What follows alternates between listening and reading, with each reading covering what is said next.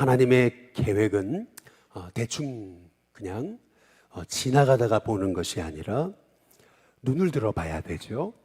오늘 스가랴서 2장 1절에 보면 내가 또 눈을 들어 본즉 이라고 그렇게 말씀하고 있습니다. 눈을 들어봤다.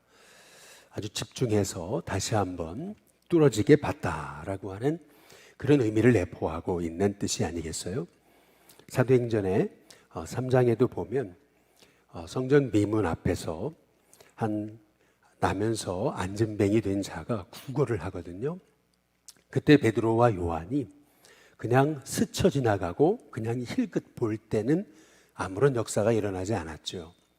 그러나 그 나면서 안진뱅이 된 자에게 주목하여 볼 때 그때 그를 향한 하나님의 계획을 알게 됐던 거거든요. 마찬가지로 우리도 하나님의 계획은 대충 보는 게 아닙니다. 하나님의 계획은 그냥 지나가다가 힐끗 그냥 이렇게 보는 게 아니죠. 하나님의 계획은 눈을 들어 봐야 되는 것입니다. 저와 여러분에게 눈을 들어 볼 수 있는 하나님의 계획이 있게 되시기를 주님의 이름으로 축복합니다. 오늘 여기 보니까 눈을 들어 봤다 그랬거든요. 눈을 들어 보니까 한 사람이 측량줄을 그의 손에 잡고 있는 것을 보게 됐습니다. 측량줄을 잡았다. 측량줄을 잡은 한 천사를 눈을 들어 보게 됐는데요. 측량줄을 잡았다라고 하는 것은 소위 이렇게 볼 수 있는 거죠. 어떤 사람이 악기를 잡았어요. 그러면 노래하겠다고 하는 거죠. 연주하겠다는 거 아니겠습니까? 또 공을 들었어요. 그러면 그 공을 던지겠다는, 공을 차겠다고 하는 그런 사인이 아니겠어요? 마찬가지로 손에 측량줄을 잡았다라고 하는 말씀의 의미는 하나님이 성전을 이제 다시 세우고 건축하시겠다, 이스라엘을 재건하시겠다라고 하시는 그런 말씀이거든요. 에스겔서 40장에 보시면은 하나님이 에스겔에게 성전을 재건하시는 그런 환상을 이제 보여주시죠. 3줄과 측량줄을 잡은 그런 하나님의 계획을 보게 되는 것을 볼 수가 있습니다. 성전을 어떻게 세우실 건가? 하나님이 너무나 구체적으로 작은 치수 하나도 하나님이 말씀하시는 것을 볼 수가 있는데요. 마찬가지로 스가랴 선지자는 손에 측량줄을 잡은 이 한 천사를 보고서 하나님이 이스라엘을 재건하시겠구나 라고 하는 그러한 사인을 그가 깨닫지 않았겠어요? 2절에 보면 어디로 가십니까? 라고 이렇게 이제 묻습니다. 그가 대답하죠. 예루살렘을 측량하여 그 너비와 길이를 보고자 한다 라고 그렇게 말씀하십니다. 예루살렘을 측량하겠다, 그 길이와 너비를 보겠다라고 하시는 말씀은 이제 하나님이 예루살렘의 성전을 재건하시겠다, 하나님이 치수를 재고 계신다라고 하는 이제 말씀이 아니겠어요? 그런데 다른 천사가 나와서 이제 그 천사를 맞습니다. 그런데 뭐라고 그러냐면은 4절에 보니까 너는 달려가서 그 소년에게 말하여 이르기를 이라고 얘기해요. 우리가 달려간다라고 하는 말의 의미는 뭔가 아주 급히 전달할 내용이 있기 때문에 서두르는 거 아니겠어요? 그냥 너는 가서라고 말씀하지 않고 달려가라라고 이렇게 이제 말씀하고 계시는 것은 알리고자 하는 하나님의 급한 계획이 있음을 말씀하고 계시는 거죠. 그런데 그 소년에게 뭐라고 말씀하시는 거냐면은 예루살렘은 그 가운데 사람과 가축이 많기 때문에 성곽 없는 성읍이 될 것이다. 이제 이렇게 말씀하십니다. 보통 한 도시가 세워지려면 성이 있어야 되죠. 그리고 곽이 있어야 됩니다. 성곽이. 성은 소위 이 도시를 보호하는 울타리 역할을 하는 거죠. 또 성 밖에 또 밖에 외벽 비슷하게 이제 또 울타리가 또 있죠. 그게 성곽입니다. 그런데 이 예루살렘이 성곽 없는 성읍이 될 것이다. 이제 이렇게 말씀하십니다. 왜 예루살렘을 성곽 없는 성읍이 되게 하실 건가? 그것은 거기 보니까 그 가운데 사람과 가축이 많아질 것이기 때문에 그 예루살렘에 수많은 영혼이 돌아오게 되고 또 일어날 것이기 때문에 성곽이 필요 없을 것이다. 이제 이렇게 말씀하고 계시는 겁니다. 예를 들면 우리 교회가 교육관을 리모델링을 했어요. 그런데 그 리모델링이 소용이 없게 됐어요. 이제 왜냐하면은 리모델링을 잘못한 것이 아니고 사람이 너무 많아져가지고 다시 지어야 되니까 그래서 리모델링이 필요 없게 된 것과 같은 이제 그러한 이제 상황을 말씀하고 계시는 거죠. 당시 이스라엘의 상황은 이스라엘 백성들이 바벨론에서 포로되어 있다가 고레스의 칙령으로 인해서 예루살렘에 돌아왔죠. 아주 기대감과 부푼 마음으로 성전 재건을 시작을 했던 거예요. 그런데 그들의 상황은 예루살렘에 왔지만 대단한 역사가 일어날 것 같았지만은 변화가 없죠. 예루살렘은 황폐화되어 있었기 때문에 그 땅에 돌아와서 예루살렘을 재건한다는 것은 참 어려운 일이었습니다. 더구나 그들은 포로된 가운데서 돌아왔기 때문에 먹고 사는 일이 급했던 거죠.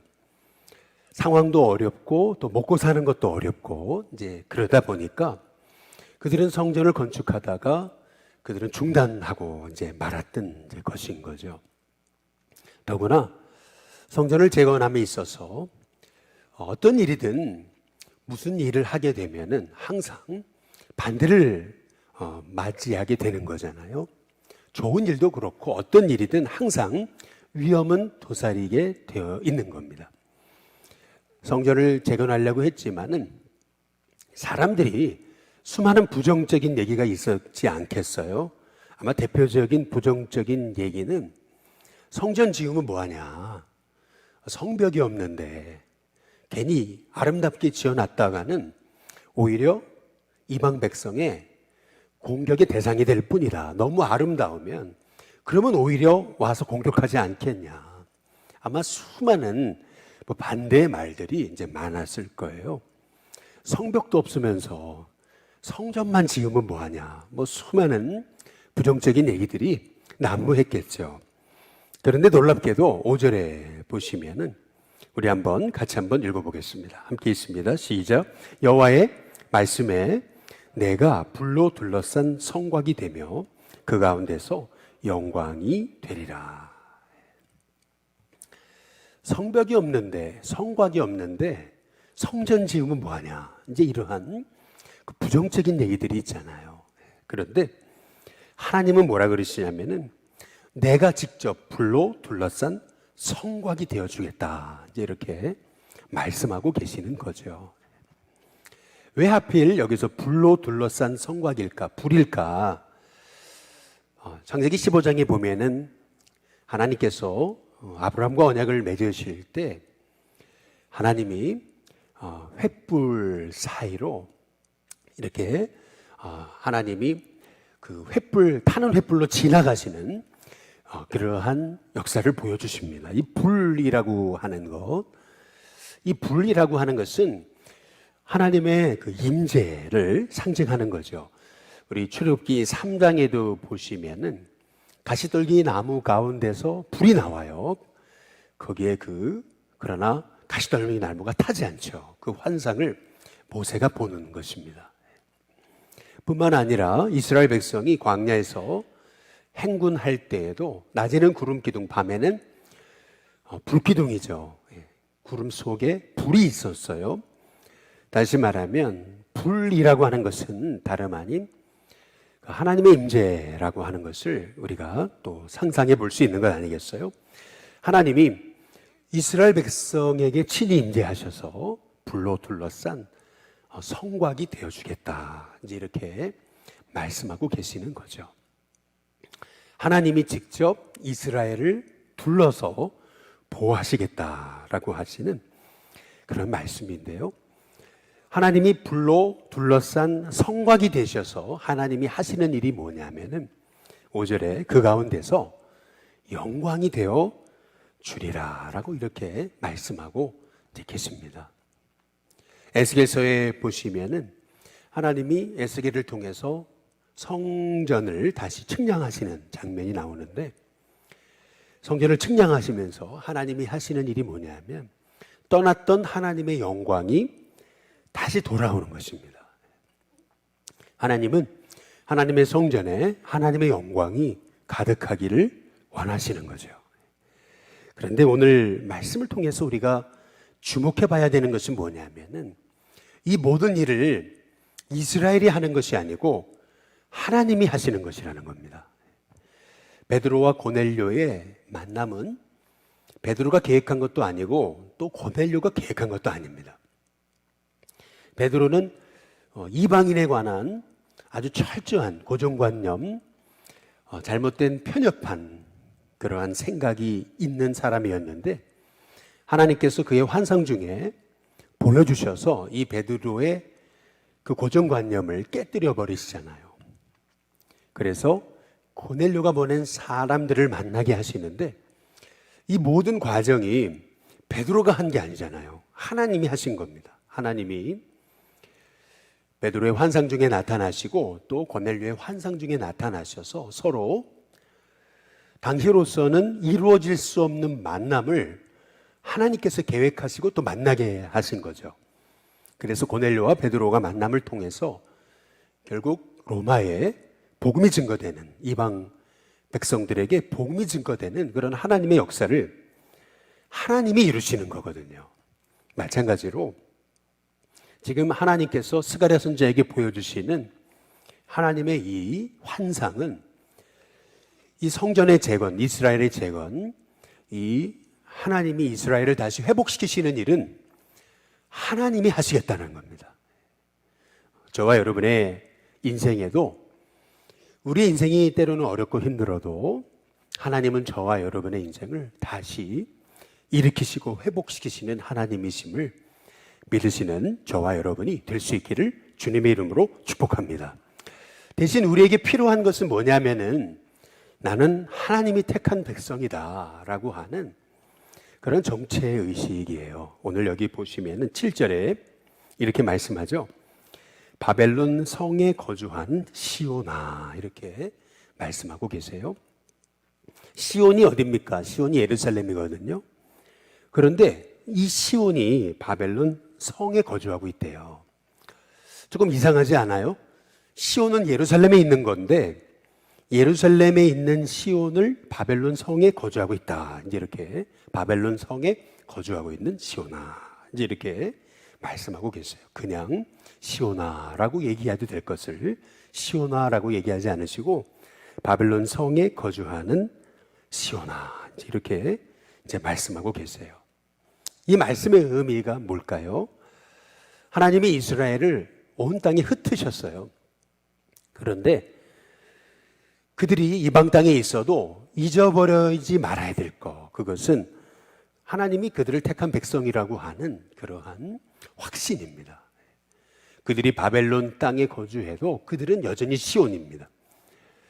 마찬가지로 우리도 우리의 삶의 자리에서 내가 어디에 있든 나는 하나님이 택한 사람이고 나는 주님의 시온이다 라고 하는 것을 우리가 잊지 말아야 되는 거죠. 여기 참 놀라운 것은 이스라엘 백성을 해하는 자들, 그 해하는 자들을 향해서 하나님이 뭐라 그러시냐면은 8절에 너희를 범하는 자는 그의 눈동자를 범하는 것이다. 이제 이렇게 이제 말씀하고 계십니다. 여러분, 눈동자는 뭡니까? 눈동자. 눈동자는요, 작은 먼지 하나 들어와도 이 눈동자가 얼마나 민감하게 반응합니까? 마찬가지로 이스라엘 백성을 향해서 작게 아주 미세하게 건드리기만 해도 그것은 하나님의 눈동자를 범하는 것이다. 이제 이렇게 말씀하고 계시는 거거든요. 얼마나 하나님이 이스라엘을 이렇게 정말 세밀하게 하나님 보호하시고 지키실 것인가. 이렇게 우리에게 말씀하고 계세요. 저와 여러분, 하나님이 지켜주실 것을 믿으면서 우리를 범하는 자는 하나님의 눈동자를 범하는 것이다 라고 하는 것을 믿으면서 오늘도 나는 어디에 있든지 하나님이 지키시는 주님의 택한 백성이라고 하는 것을 잊지 않고 승리하는 저와 여러분이 될 수 있기를 주님의 이름으로 축복합니다. 여기 9절에 보시면은 그래서 이렇게 말씀하세요. 내가 손을 그들 위에 움직인즉, 이렇게 얘기하잖아요. 하나님의 손이 그들 위에 움직이시잖아요. 하나님은 하나님의 일을 하나님의 손으로 이루십니다. 그래서 우리가 주의 성전을 재건하고 또 교회를 다시 일으키고 또 성전 건축을 하고 주님의 일을 할 때 언제나 주님의 손이 우리 위에 있음을 믿는 그런 언제나 하나님의 손이 우리 위에 있다라는 것을 믿는 저와 여러분이 될 수 있기를 주님의 이름으로 축복합니다. 그래서 오늘 여기 보니까 내가 손을 그들 위에 움직인즉 그들이 자기를 섬기는 자들에게 노랫거리가 된다. 이 말의 의미는 뭐냐면 다 역전된다는 겁니다. 그동안 이스라엘을 괴롭혔던 자들, 하나님이 그들을 다 흩어져 버리시고, 그리고 그들이 오히려 이스라엘이 노략거리가 되는 것이 아니고 그들이 오히려 노략거리가 된다. 다시 말해서 하나님의 역전, 그런 하나님의 성도의 역전극이 일어나게 된다라고 말씀하시는 거거든요. 이스라엘 백성들의 눈에 지금 성전을 재건하는 것은 너무나 먼 일인 것 같고, 그리고 그들의 상황은 여전히 어렵거든요. 수많은 반대의 말들도 있고, 그리고 그들은 포로된 자에서 돌아와가지고 삶의 환경은 아무것도 변한 게 없어요. 먹고 사는 것도 힘들고 거기에 매여 있다라고 하는 거죠. 그런데 하나님께서 오늘 우리에게 주시는 말씀 뭐냐면 내가 내 손을 그들 위에 움직인다. 하나님의 손이 그들 위에 있다. 하나님이 그들의 모든 하는 일들을 내 손으로 내가 다스리고 주관하신다 라고 하는 말씀을 우리에게 주고 계시는 것이거든요. 하나님의 손이 역사하니까요, 모든 게 역전됩니다. 저와 여러분의 인생에서 그동안 여러 가지로 힘들고 어려웠던 일들, 참 괴롭고 남에게 얘기하지 못하고 참 남몰래 눈물을 흘렸던 모든 일들까지도 하나님의 손이 역사하셔서 모든 게 역전되는 그런 은혜가 있게 될 수 있기를 주님의 이름으로 축복합니다. 대표적인 그러한 하나님의 역전극, 그것은 뭘까요? 룻기에서 그렇게 그 과부된 자가 오히려 주님의 그 조상이 되는, 다윗 왕의 조상이 되는 그런 역전극이 일어나잖아요. 정말 비천했던 여인이 하나님이 들어 사용하시는 그런 역전극, 이제 그것이 이제 성경에서 보여주시는 역전극이거든요. 노예로 팔려갔던 그 요셉을 말이에요. 감옥에 들어갔던 요셉을 애굽의 총리가 되게 하시는 역전극. 마찬가지로 이스라엘은 바벨론의 포로가 됐어요. 70년간 끌려갔습니다. 그리고 나서 돌아왔어요. 그 70년이라는 세월은 짧은 세월이 아니죠. 어마어마하게 세대가 바뀌고 사회는 다 바뀌었어요. 상황이 다 바뀌었습니다. 그리고 나서 예루살렘에 돌아와 보니 예루살렘은 황폐화되어 있잖아요. 근데 그런 상황 속에서 어떻게 여기에 하나님의 성전을 하나님 다시 세울까? 수많은 반대도 있고 또 스스로 굉장히 의기소침해 있습니다. 그런데 하나님이 오늘 우리에게 주시는 말씀이 뭐냐면 10절에 이렇게 말씀하죠. 시온에 따라 노래하고 기뻐해라 라고 이렇게 말씀하십니다. 낙심하고 절망하고 슬퍼할 것이 아니고 노래하고 기뻐하라고 말합니다. 그 이유는 뭐냐면 내가 와서 내 가운데 머물 것이기 때문이다. 그렇게 말씀하십니다. 11절에도 나는 내 가운데 머물 것이다. 이제 이렇게 말씀하고 계세요. 하나님이 우리에게 머물고 계시는데, 우리 안에 함께 계시는데 그 누가 우리를 해할 수가 있겠습니까?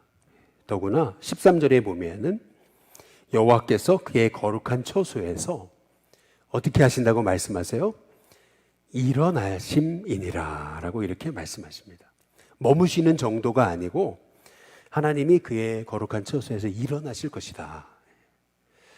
이것이 스가랴 선지를 통해서 하나님이 우리에게 주시는 약속의 말씀인 거죠.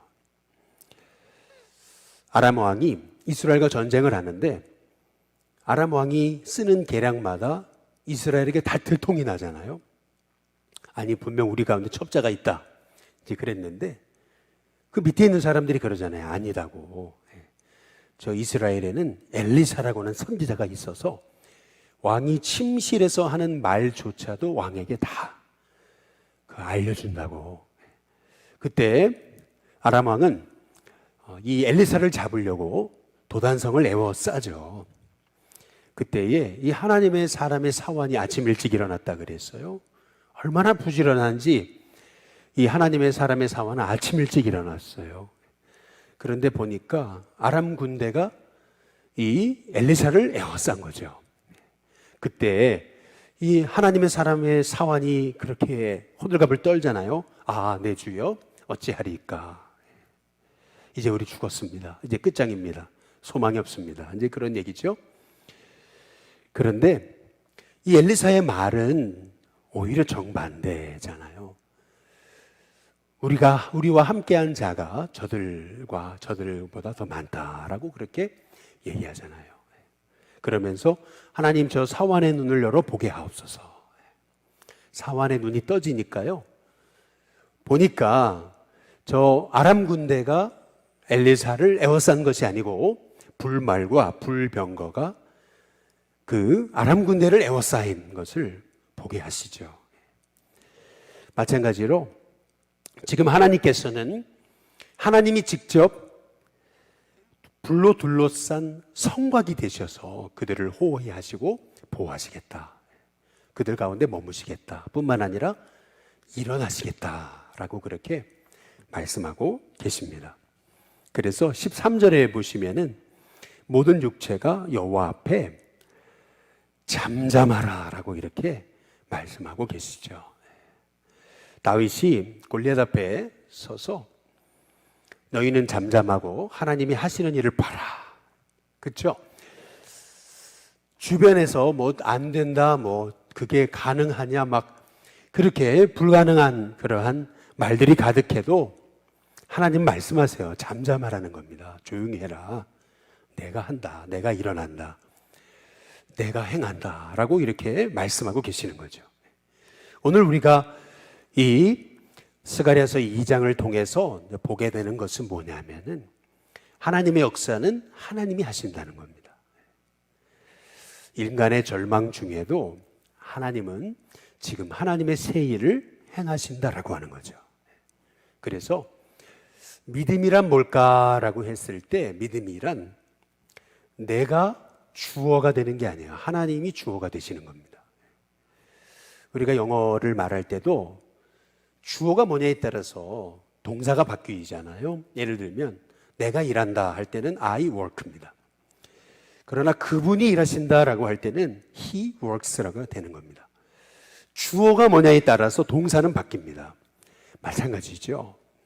여지껏 우리가 주어였습니다. 인생의 주어. 우리가 다 우리 마음대로 했습니다. 우리가 하는 거로 착각했습니다. 그러나 지금 스가랴 선지자를 통해서 주시는 말씀이 뭐냐면 내가 주어가 아니라는 거예요. 하나님이 주어이십니다. 하나님이 우리의 삶을 이끌어 가시는 겁니다. 주님이 하라고 하시면 하는 거고 주님이 멈추라고 하시면 멈추는 겁니다. 우리는 내 인생의 주어는 내가 아니고 하나님이시다. 그 사실을 오늘 이 새벽에 고백하면서 하나님, 이제는 내가 주어가 되지 않겠습니다. 하나님이 주어가 되시겠습니다. 우리 일신교회의 주인은 내가 아니고 우리가 아니고 하나님이십니다. 하나님이 이끌어 가십니다. 그 믿음을 가지고 스가랴 선지자가 그냥 대충 그냥 지나가다가 힐끗 보는 게 아니고 눈을 들어 측량하는 줄을 손에 잡은 천사를 바라봤던 것처럼 그 하나님의 그 계획에 집중했던 것처럼 저와 여러분도 내가 하는 것이 아니고 하나님이 하심을 믿으며 하나님의 계획에 집중해서 하나님의 말씀하심에 따라서 오늘도 살아가는 저와 여러분이 될 수 있게 되기를 주님의 이름으로 축복합니다. 우리 시간 찬송가 600장 함께 찬양 부르겠습니다.